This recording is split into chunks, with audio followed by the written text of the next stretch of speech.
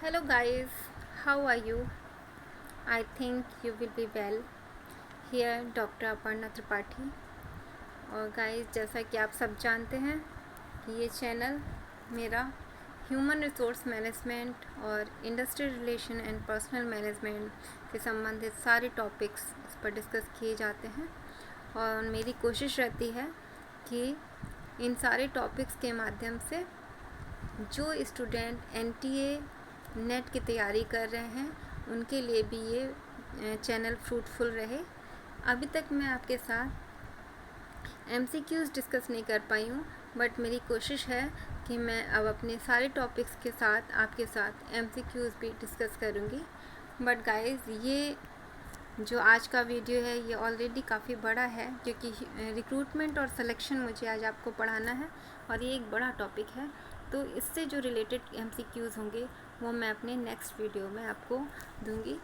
तो आपसे रिक्वेस्ट है कि मेरे इस चैनल को सब्सक्राइब ज़रूर करिए, ताकि मेरे नए जितने भी वीडियो हैं वो आपके पास आसानी से पहुंच सकें। साथ ही लाइक्स और सब्सक्राइब ज़रूर करिए और शेयर भी करिए दोस्तों, ताकि जिन लोगों को ज़रूरत हो, जो नीडी पर्सन हो, उनको ये मेरी इन्फॉर्मेशन पहुंच सके।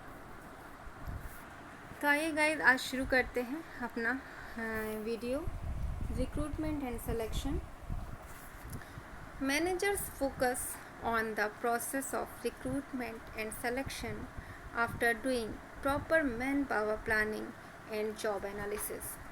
गाइस, इससे पहले मैंने टॉपिक जो आपके साथ डिस्कस किए हैं उसमें मैंने आपके साथ मैन पावर प्लानिंग और जॉब एनालिसिस को डिस्कस किया है। और आप सभी जानते हैं मैन पावर प्लानिंग और जॉब एनालिसिस में जो डेटाज कलेक्ट किए जाते हैं, काफ़ी डेटा कलेक्ट कर लिए जाते हैं मैन पावर प्लानिंग से संबंधित, मैन पावर से संबंधित और जॉब से संबंधित। ठीक है, किस तरीके का जॉब है इंडस्ट्री में, उसमें क्या रिक्वायरमेंट होगी, किस तरीके के लोगों की रिक्वायरमेंट होगी, उस जॉब में कौन कौन से टास्क करने होंगे और उन टास्क को करने के लिए किन किन क्वालिफ़िकेशंस की आवश्यकता है, किस तरीके के एक्सपीरियंसेस की आवश्यकता है। ये सारे डेटाज जो है हम जॉब एनालिसिस और मैन पावर प्लानिंग में कलेक्ट कर लेते हैं। और इसके बाद मैनेजर जो है फोकस करता है रिक्रूटमेंट और सिलेक्शन में। और रिक्रूटमेंट और सिलेक्शन में जिस इंफॉर्मेशन की आवश्यकता होती है वो हमें मैन पावर प्लानिंग और जॉब एनालिसिस से मिल जाती है। Successful recruitment and selection gives skilled and best manpower to the organization। जितना अच्छा रिक्रूटमेंट और सिलेक्शन होगा उतनी ज़्यादा अच्छी मैन पावर ऑर्गेनाइजेशन में आएगी। ठीक है गाइस, दो skilled and good manpower organization can attain its goals smoothly। अगर अच्छी मैन पावर आएगी ऑर्गेनाइजेशन में तो ऑर्गेनाइजेशन के जो अपने गोल्स होंगे उनको वो स्मूथली अटेन कर पाएगा। After human resource planning and job analysis, one can get knowledge about the man power recruitment and organisation requirement of organisation. ठीक है, ऑर्गेनाइजेशन की क्या रिक्वायरमेंट है मैन पावर को लेकर के, ये मैनेजर को पता चल जाता है जॉब एनालिसिस से और ह्यूमन रिसोर्स प्लानिंग से। Recruitment and selection both are the two sides of the same coin. ठीक है, रिक्रूटमेंट और सिलेक्शन एक्चुअली एक ही फंक्शन है फ्रेंड्स। वो बस एक सीरियल वाइज है कि पहले रिक्रूटमेंट कर लिया जाता है और फिर सिलेक्शन कर लिया जाता है। Both are the two sides of one coin means कि वो एक ही फंक्शन है। एक्चुअली उसका पूरा एक ही ऑब्जेक्टिव है कि नई मैन पावर को ऑर्गेनाइजेशन में लेकर के आना। Primary process is recruitment which is positive in nature in comparison to the process of selection, because in this process organization publishes its vacancy and most of the candidates become hopeful for that post। Guys, पहला जो process होता है या पहला जो steps होता है वो होता है रिक्रूटमेंट का। ठीक है। रिक्रूटमेंट में क्या होता है, रिक्रूटमेंट को कहा जाता है कि ये ज़्यादा पॉजिटिव है, सिलेक्शन जो प्रोसेस होता है वो थोड़ा नेगेटिव हो जाता है। उसका रीज़न ये है क्योंकि जब रिक्रूटमेंट होता है, रिक्रूटमेंट में क्या होता है कि ऑर्गेनाइजेशन अपनी वैकेंसी पोस्ट करता है, वैकेंसी निकालता है, तो उन वैकेंसीज़ को पढ़ करके जो जॉब सीकर्स होते हैं वो काफ़ी होपफुल हो जाते हैं उस पोस्ट के लिए, क्योंकि उनके अंतर्गत उनके अंदर एक पॉजिटिव थॉट्स आता है। इसलिए इसको कहा जाता है कि ये जो रिक्रूटमेंट है वो पॉजिटिव प्रोसेस है। जबकि सिलेक्शन में क्या होता है कि बहुत सा, जैसा कि आप जानते हैं कि बहुत सारे लोग जॉब सीकर्स होते हैं और बहुत कम पोस्ट वैकेंसी निकलती है, तो ज़्यादातर लोग क्या होते हैं वहाँ से रिजेक्ट होने ही हैं, क्योंकि उन्हीं थोड़े से लोगों का सिलेक्शन होना है। तो ज़्यादातर लोगों के अंदर में क्या होता है, एक सिलेक्शन के बाद एक निगेटिव फीलिंग आ जाती है कि उनका सिलेक्शन नहीं हुआ। इसलिए कहा जाता है कि सिलेक्शन जो है एक निगेटिव प्रोसेस है।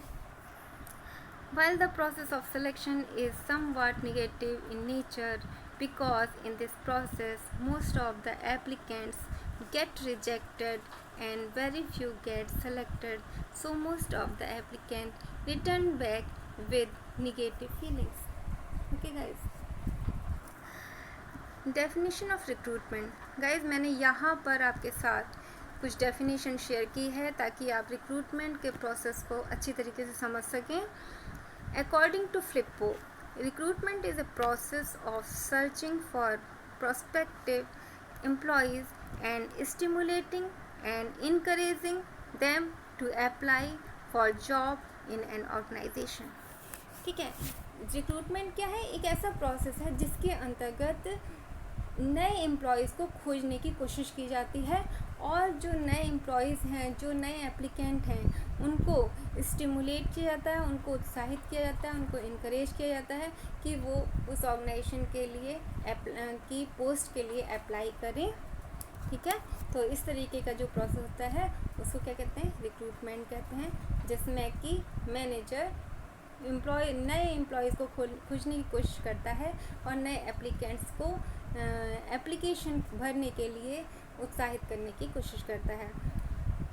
According to Taylor, recruitment is the process of locating, identifying and attracting capable applicant.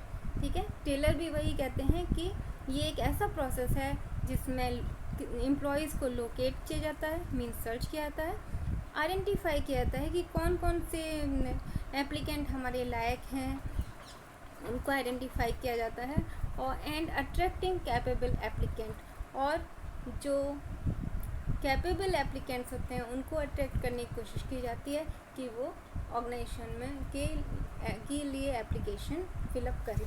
ठीक है, नेक्स्ट है source of recruitment.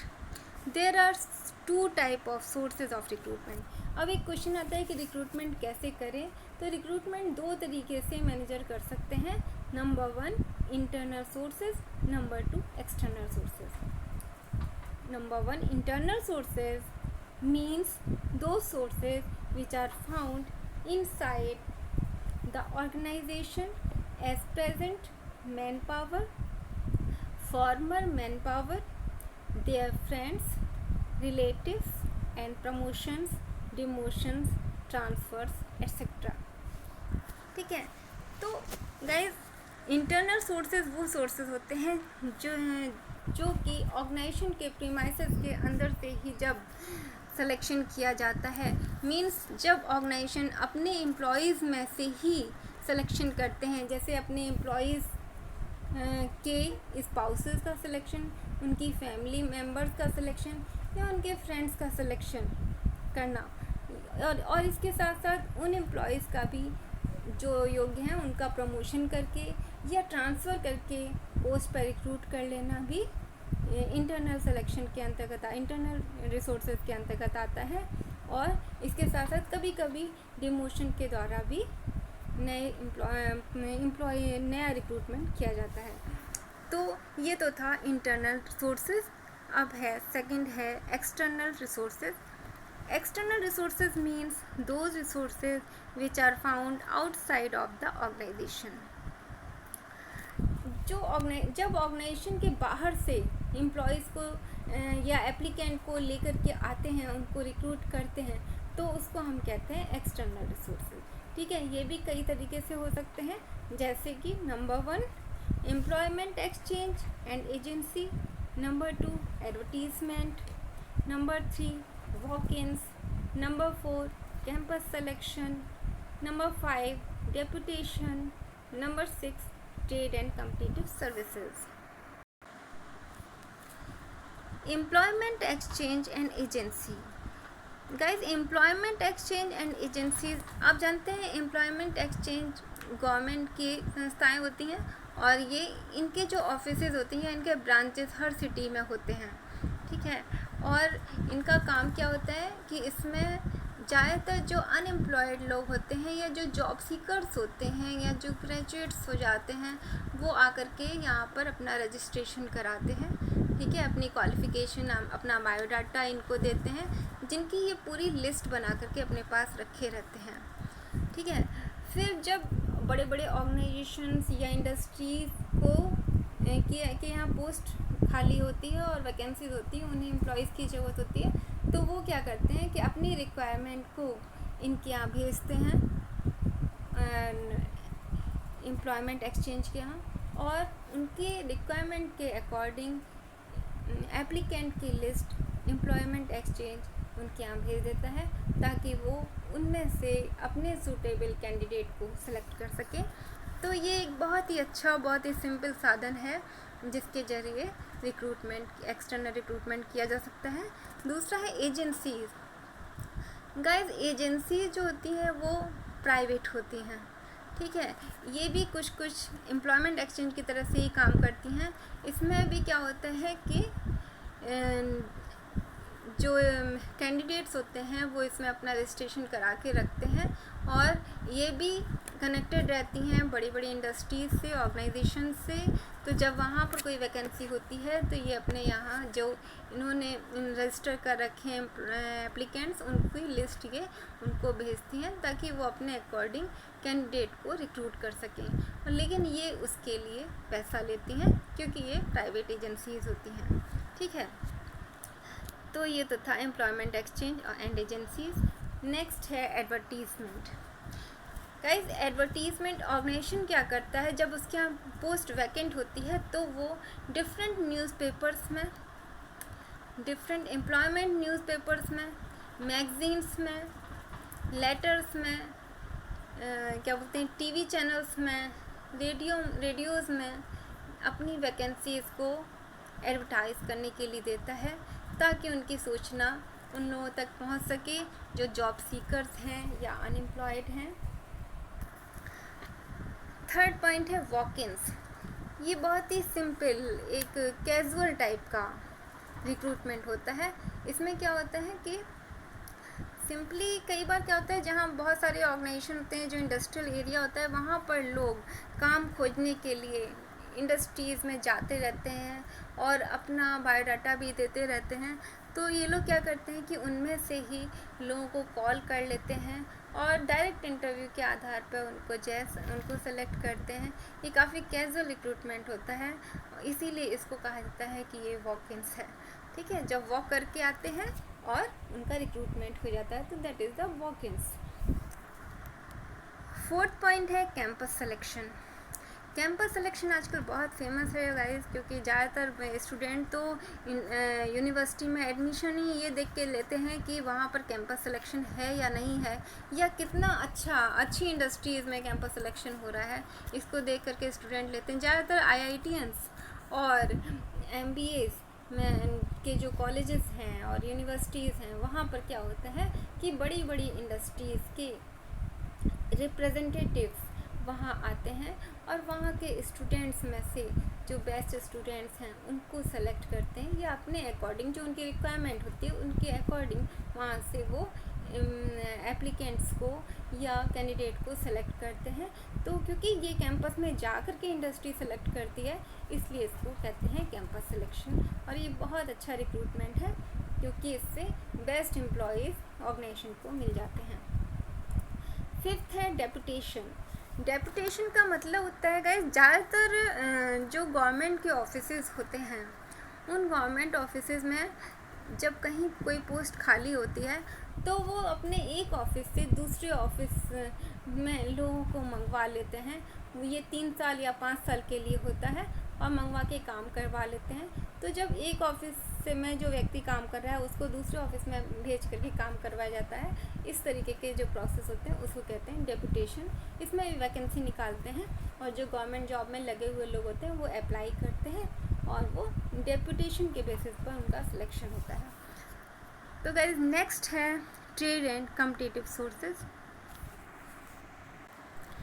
Trade and competitive sources में गाइस बहुत सारे प्रोफेशनल सोसाइटीज़ और ट्रेड एसोसिएशंस ऐसे होते हैं जो कि अपने जर्नल्स को, न्यूज़लेटर्स को, मैगजीन्स को पब्लिश करते हैं, ठीक है, जिसमें कि बहुत सारे एडवर्टीज़मेंट वो डालते हैं, जिसके थ्रू बहुत सारी ऑर्गेनाइजेशंस अपने यहाँ की जॉब वैकेंसीज़ को उसमें या जॉब ओपनिंग्स को उसमें एडवर्टाइज़ करने के लिए देते हैं। तो इस तरीके से ये ट्रेड के द्वारा किया जाता है, इसीलिए इसको ट्रेड कहा जाता है। दूसरा है कॉम्पिटिटिव सोर्सेज। गाइस क्या होता है कि जो इंडस्ट्रीज़ काम कर रही होती हैं तो वो आपस में उनमें काफ़ी कंपटीशन होता है मार्केट में भी, और वो हमेशा ये ध्यान रखने की कोशिश करती हैं कि किस इंडस्ट्री में कौन सा एम्प्लॉई बहुत अच्छा है जो कि वहाँ काम कर रहा है, क्योंकि मैन पावर ही एक ऐसा हैंड होता है ऑर्गेनाइजेशन का जिसके द्वारा ऑर्गेनाइजेशन सक्सेसफुल होती है। तो मैन पावर पर, एक दूसरे के मैन पावर पर उनकी नज़रें गड़ी रहती हैं। जो भी अच्छा एम्प्लॉय होता है उसके साथ वो डील कर लेते हैं, जहाँ पर वो प्रेजेंट में रिक्रूटेड होता है वहाँ से अच्छी सैलरी या अच्छी उसको फैसिलिटीज़ प्रोवाइड करके उसको वहाँ से बुला लिया जाता है।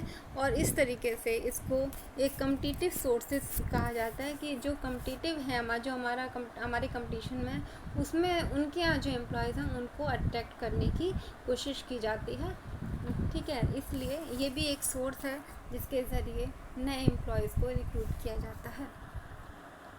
तो गाइस ये तो था आपका एक्सटर्नल सोर्सेज ऑफ रिक्रूटमेंट, ठीक है। रिक्रूटमेंट मुझे लगता है आपको समझ में आया होगा। रिक्रूटमेंट के बाद जो नेक्स्ट स्टेप आता है वो होता है स्क्रीनिंग का। स्क्रीनिंग में स्क्रीनिंग का मेन ऑब्जेक्टिव ये होता है कि सिलेक्शन के प्रोसेस को सिंपल किया जा सके, ठीक है। सिलेक्शन को जब स्क्रीनिंग नहीं होगी तो सिलेक्शन का प्रोसेस ज़्यादा लेंथी हो जाएगा, क्योंकि स्क्रीनिंग में क्या कोशिश की जाती है कि जो भी फालतू की एप्लीकेशन आ जाती हैं या अनक्वालिफाइड पर्सन्स जो अप्लाई कर देते हैं या और जो कमियां आ जाती हैं उनको वो पहले ही एलिमिनेट कर देते हैं, ठीक है। और इसके लिए स्क्रीनिंग में 4 स्टेप्स होते हैं। नंबर 1 होता है एलिमिनेशन ऑफ इनएलिजिबल एप्लीकेंट, ठीक है। इसके ज़रिए क्या होता है, जो इनएलिजिबल एप्लीकेंट होते हैं उनको पहले ही एलिमिनेट कर दिया जाता है। इनएलिजिबल का मतलब जो एलिजिबिलिटी पोस्ट में दी गई है, जो क्वालिफ़िकेशन मांगी गई है, जो एक्सपीरियंस मांगा गया है, अगर उसके अकॉर्डिंग एप्लीकेंट की क्वालिफ़िकेशन और एक्सपीरियंस नहीं है तो ऐसी एप्लीकेशन को पहले ही स्क्रीन कर दिया जाता है या एलिमिनेट कर दिया जाता है, ठीक है। सेकंड है एप्लीकेशन ब्लैंक। कई बार क्या होता है, स्टूडेंट्स एप्लीकेशन पूरी फिलअप नहीं करते, उसमें कई ज़रूरी इंफॉर्मेशन को भरना छोड़ देते हैं। तो इस तरीके की जो एप्लीकेशंस ब्लैंक्स होती हैं उनको भी क्या किया जाता है, एलिमिनेट कर दिया जाता है स्क्रीनिंग के थ्रू। थर्ड पॉइंट है प्रिलिमिनरी टेस्टिंग, ठीक है। सिलेक्शन के में जो टेस्ट होगा उससे पहले ही जो एक टेस्टिंग कर ली जाती है उसको प्रिलिमिनरी टेस्टिंग कहा जाता है। इसमें भी ये देखने की कोशिश की जाती है कि जिस एप्लीकेंट को हम सिलेक्शन के लिए भेज रहे हैं या बुला रहे हैं वो वास्तव में सिलेक्शन के लायक है या नहीं है, ठीक है। तो इस तरीके की टेस्टिंग को प्रिलिमिनरी टेस्टिंग कहते हैं। फोर्थ है स्क्रीनिंग इंटरव्यू। स्क्रीनिंग इंटरव्यूज़ में एक बार छोटा सा इंटरव्यू ले लिया जाता है बुला करके, जैसे टेस्ट लेते हैं और उसके बाद उनका इंटरव्यू कर लेते हैं, और इस इंटरव्यू में एम्प्लॉई के बारे मतलब एप्लीकेंट के बारे में ऑर्गेनाइजेशन जानने की कोशिश करती है, और ऑर्गेनाइजेशन अपने बारे में और अपनी पोस्ट के बारे में और उसके रिक्वायरमेंट के बारे में भी उनको बताया जाता है। तो ये स्क्रीनिंग इंटरव्यू होता है। जब स्क्रीनिंग इंटरव्यू में भी लोग सेलेक्ट हो जाते हैं, उसके बाद जो मेन फाइनल सिलेक्शन होता है वो आता है। फाइनल सिलेक्शन का स्टेप इसमें है, selection is a process by which management select the best applicant from the screened list for the vacant post. ठीक है, सिलेक्शन एक ऐसा प्रोसेस होता है जो कि एक फाइनल प्रोसेस है, और जो कि जिसमें कि स्क्रीन लिस्ट से में जो स्टूडेंट या एप्लीकेंट आते हैं उनको जो है उनमें से बेस्ट एप्लीकेंट को सेलेक्ट कर लेता है। Selection process includes the following steps. Number 1 या number A, interview. B, group discussion. C, reference checks and recommendations. D, physical examinations. E, selections and placement. A point, सबसे पहला पॉइंट होता है interview. Interview में guys face to face employees को से face to face बात की जाती है, उसके बारे में जानने की कोशिश की जाती है, उसकी नॉलेज के बारे में जानने की कोशिश की जाती है, उसकी पर्सनालिटी देखने की कोशिश की जाती है, बात करने का तरीका, पेशेंस कितना है, ये सारी चीज़ें ये ऑब्जेक्टिव होते हैं इंटरव्यू लेने के लिए। इंटरव्यू लेने का ऑब्जेक्टिव ये होता है कि आपकी पर्सनालिटी कैसी है, आपकी बोलचाल, आपके अंदर पेशेंस कितना है, ठीक है, एबिलिटीज़ क्या क्या हैं, इन सब चीज़ों को इंटरव्यू में देखा जाता है। इंटरव्यू भी कई तरीके के होते हैं, जैसे कि स्ट्रक्चर्ड इंटरव्यू। स्ट्रक्चर्ड इंटरव्यू में सब कुछ पहले से डिसाइड हो जाता है कि किस तरीके के क्वेश्चन या कौन कौन से क्वेश्चन इंटरव्यूई से पूछना है, ठीक है, इसीलिए इसको स्ट्रक्चर्ड इंटरव्यू कहते हैं। सेकंड होता है semi structured interview. Semi structured interview में कुछ क्वेश्चन पहले से डिसाइड कर लिए जाते हैं जो जो मेनली पूछने हैं। इसके अलावा जो इंटरव्यूअर है वो अपने से भी समय आने पर डिसाइड करता है कि और कौन कौन से क्वेश्चन वो उनसे पूछ सकता है, तो इसीलिए इसको सेमी स्ट्रक्चर्ड इंटरव्यू कहते हैं, ठीक है। Unstructured interview. अनस्ट्रक्चर्ड इंटरव्यू में इंटरव्यूअर पूरी तरीके से फ्री होता है, वो जो भी चाहता है उस तरीके के वो क्वेश्चन पूछ सकता है इंटरव्यू से। इसमें पहले से कुछ भी डिसाइड नहीं होता कि किस तरीके के क्वेश्चन पूछने हैं, ठीक है। Stress interview. स्ट्रेस इंटरव्यू में क्या होता है, जो इंटरव्यूई होता है उसके ऊपर एक प्रेशर डालने की, उसको एक स्ट्रेस में लाने की कोशिश की जाती है, और इसका मेन ऑब्जेक्टिव ये होता है, ये देखना होता है कि जब स्ट्रेस में व्यक्ति आता है तो उसके पास कितना पेशेंस होता है उस स्ट्रेस को बियर करने के लिए, स्ट्रेस में आकर के कितना स्ट्रेस को वो बियर कर सकता है, ठीक है, ये देखने की कोशिश की जाती है। डेप्थ फिर होता है डेप्थ इंटरव्यू। डेप्थ इंटरव्यू में ये होता है कि एक डीप नॉलेज लेने की कोशिश की जाती है इंटरव्यूई से उसके बारे में एक डीप नॉलेज लेने की कोशिश की जाती है कि उसको विषय का कितना ज्ञान है, या जिस पोस्ट पर उसको रिक्रूट करना है उस पोस्ट की, उसमें किए जाने वाले कामों की उसको कितनी जानकारी है, इसके बारे में डीपली उससे पूछा जाता है। तो गाइज ये तो था इंटरव्यू, मुझे लगता है आपको समझ में आया होगा। सेकंड है ग्रुप डिस्कशन। जब इंटरव्यू हो जाता है तो सिलेक्शन प्रोसेस का जो सेकंड स्टेप आता है वो होता है ग्रुप डिस्कशन। इसमें क्या होता है कि जो इंटरव्यूअर होता है वो अब ऑब्जर्वर हो जाता है, और वो सिर्फ ऑब्जर्वर के तरीके से देखता है और सारे इंटरव्यूईज़ को एप्लीकेंट के रूप में एक रेक्टेंगुलर टेबल पर बिठा देता है और उनको एक टॉपिक दे देता है, विषय से संबंधित टॉपिक देता है, और उसमें उनको डिस्कस करने के लिए बोला जाता है, और वो अलग से ऑब्जर्वर अलग से ऑब्जर्व करता रहता है कि किसकी क्या क्वालिटी है, कौन कैसे बोलता है और किसकी क्या क्वालिटी है। सी पॉइंट्स है रेफरेंस चेक्स एंड रिकमेंडेशंस।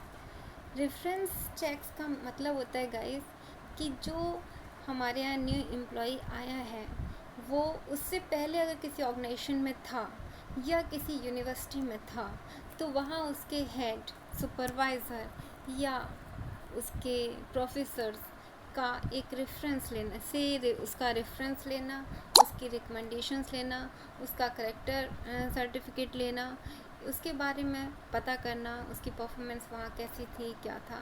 तो उसके पहले की इंडस्ट्री या पहले की यूनिवर्सिटीज़ की जानकारी रेफरेंस चेक्स या और रिकमेंडेशंस के अंतर्गत ली जाती है। नेक्स्ट है डी पॉइंट है फिज़िकल एग्ज़ामिनेशंस।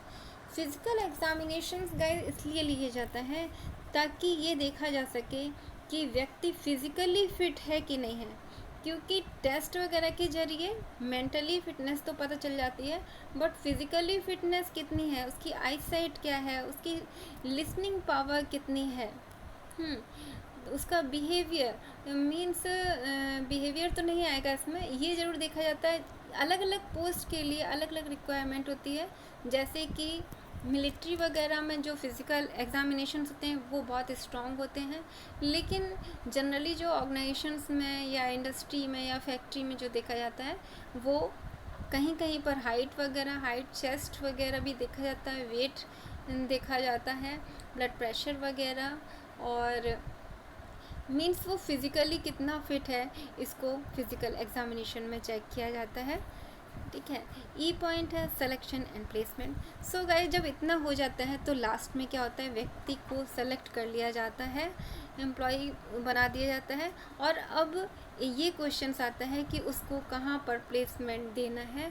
इसमें एचआर मैनेजर बहुत मदद करते हैं, राइट पर्सन को राइट प्लेस पर प्लेसमेंट देने की आवश्यकता होती है।